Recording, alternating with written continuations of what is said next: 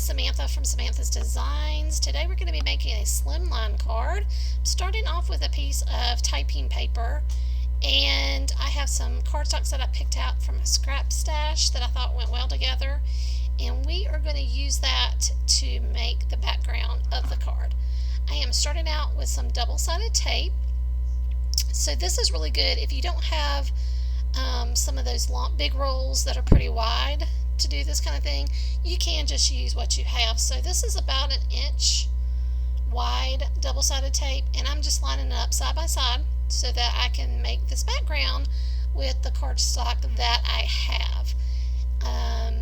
Yeah, and then I think it leaves me, it looks like maybe a 1/4 inch, 1/2 inch left, so I just get a different size of my tape, and I use that just to get that all down. And then I'm using my bone folder to make sure the tape is pressed in pretty well and even. Now I'm going to take these scraps and I'm going to cut these down. I didn't, do anything, any rhyme or reason. I did cut them in triangular shapes, and I did that on purpose because I wanted something different. I didn't want to just do straight lines. I mean, everybody's seen that, everybody's done that.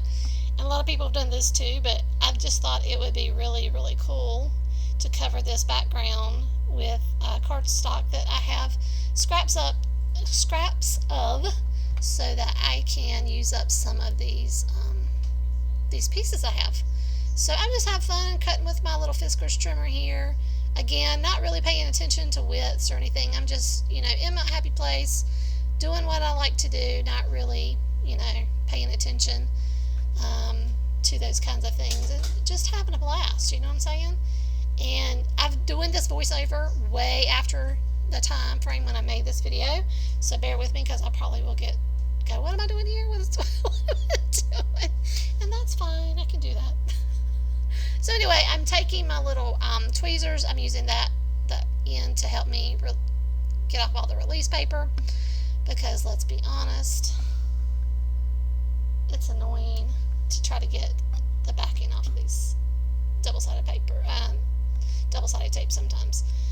And then I'm just going to start lining up my pieces of paper in whatever order, in whatever I like. So I'm trying to make sure there's not going to be any space in between. You could do that.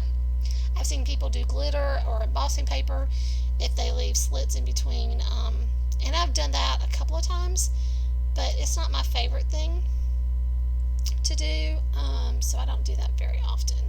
And I'm alternating the width, so the wider piece, I'm alternating from side to side where the wider piece is, and it's keeping this kind of pretty even as we go along, and you'll see that. So I'm going to put on some music and let you enjoy this part. Before I put on the music, I do want to say that this piece is probably about 3 1/4 by 8 1/4, because my slimline card is 3.5 by 8. Hold on, let me look at that really again. It is 3.5 by 8.5. So this is probably 3 1/4 by 8 1/4, if I'm remembering correctly.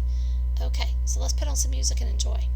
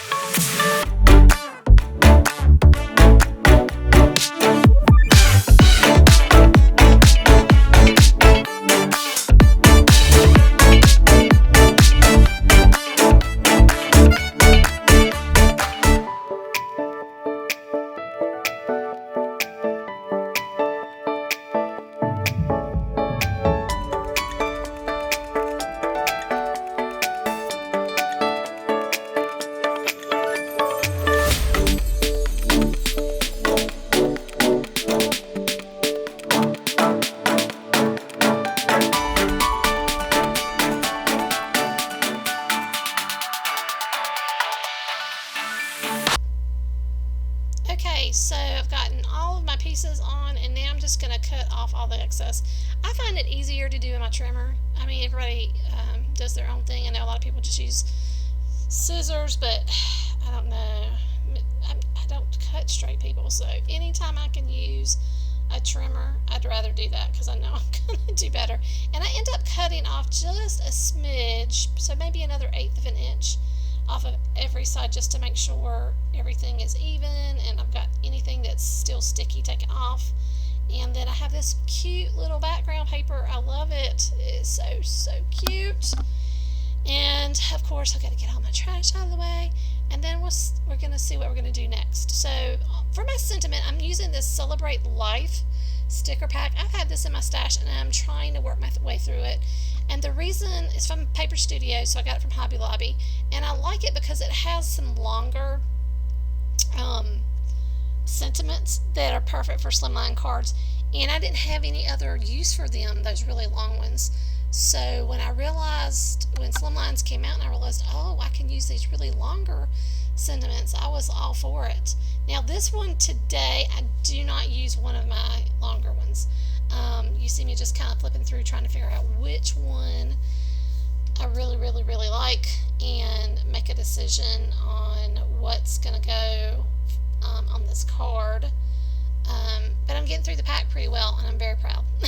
very proud. Alright guys, let's see what I pick. Okay, I finally picked one.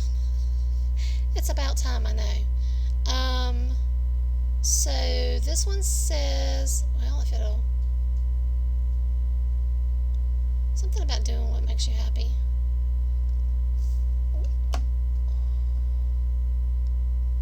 I'm going to trim this down so that it'll be on the note card really well. And yeah, so I'm just kind of trimming it off, making sure at the sticker we're all good, and I'm seeing what the measurements are so I can add a little bit of a mat. So I'm doing about 1 3/4 by I'm trying to figure it out here again. Oh, I decided to stick it down first before I trim it. This is something that's actually pretty smart to do, is to stick something in the corner of what you're going to mat so that you can get your mat. Just, you know, makes it a little bit more exact. At least that works for me. So I've seen people do it other ways. You know, I'm not great at math. Sometimes I'm not great at measuring or cutting. I just do this because it's fun. And so it's all good. So gonna mat this. Ends up being about 3 1/4. So that's pretty cool, and that's going to be, yeah, on the front. So in the front of the card, I'm using my stamp positioner here, and I have a Unity Stamp Company. I got a couple of floral images, I guess you would say, and they're more solid. I really like them, and I'm trying to figure out where I want to place them. On my background, and these are from Unity Stamp Company, and I figure out where I want them. Then I'm going to get my anti-static powder bag and make sure this is not sticky anymore because I'm going to heat emboss on this.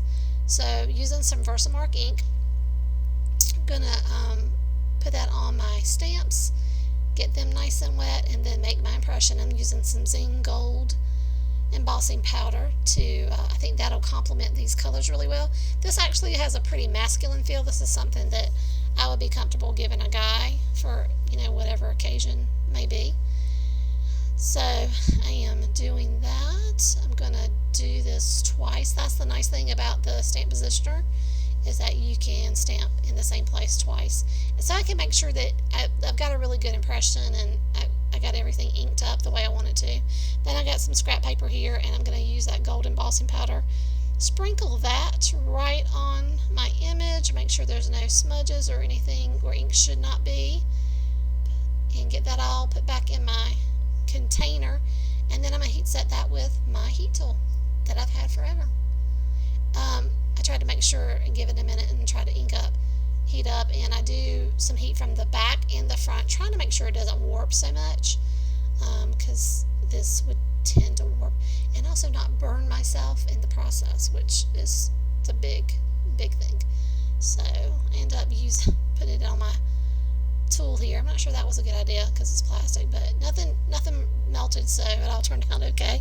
And I'm just going to melt that embossing powder, and I've got those two images there on this side. Here I'm going to make my Slimline base. So again, it ends up being 3.5 by 8.5. So I'm just kind of cutting it down and scoring it. So I'm sure I did 7 inches and then scored that in the middle. And evidently this is 110-pound cardstock from my collection, so I know the reason I used my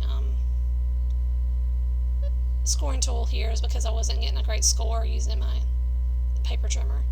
So, and I used the score thing just to make sure that is scored really well and then burnish it really well.